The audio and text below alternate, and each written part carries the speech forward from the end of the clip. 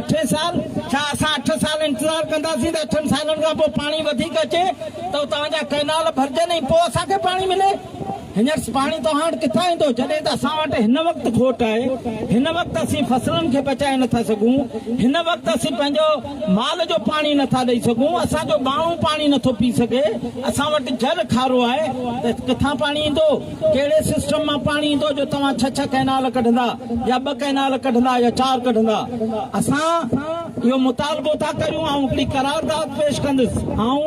हुकुमराननि खे गुज़ारिश कंदुसि त असांजो मुल्क कंहिं पहिड़े कुते कम जो कंहिं पहिड़े कुते वहिंवार जो मुतहमिल नथो थी सघे जेको तव्हां असांजे मुल्क जी सालमियत खे नुक़सान पहुचायो।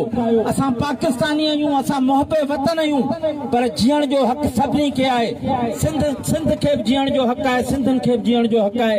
इन करे महिरबानी करे हर उन मंसूबे खां हर उन अहिड़ी शइ खां पासो करियो जंहिंमें मुल्क लाइ का हानिकार सोच पैदा थिए, मुल्क लाइ का तंगी वारी सोच पैदा थिए त महिरबानी करे इन्हनि कैनालनि इन्हनि पाणी जे अहिड़नि मंसूबनि खे जंहिंसां असांजी सिंध खे नुक़सान पहुचे उहे ख़तम कया वञनि करियां ऐं हथ मथे खणी उहा मंज़ूर कजो।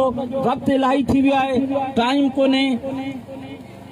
बज़्म जीलानी सिंध जा अदीब, दानश्वर, शाइर, जमियत मशाइख अहले सुन्नत पाकिस्तान, जमायत कादरी जीलानिया पाकिस्तान ऐं ख़ासि तौर ते सामूंडी पट्टी ऐं पोछड़ जे रहवासियुनि जो मुतालबो आहे त सिंधू दरिया ते हक़ सिर्फ़ सिंध वासियुनि जो आहे। सिंधू दरिया ते हक़ सिर्फ़ सिंध वासियुनि जो आहे। सिंधू दरिया ते कंहिं बि क़िस्म जो कैनाल या डैम क़बूल न आहे।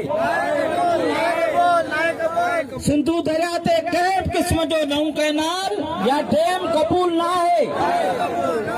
सदर पाकिस्तान, वज़ीर आज़म Pakistan, chief of army staff ऐं असांजे चीफ जस्टिस ऑफ पाकिस्तान ऐं ॿियनि वस वारनि खां मुतालबो था करियूं त सिंधू दरिया ते नवां कैनाल सभु नवां कैनाल फिलफौर रद्द करे सिंध जे ऐं पाकिस्तान जे अवाम मां बेचैनी ख़तम कई वञे। क़बूल आहे मुंहिंजा साईं?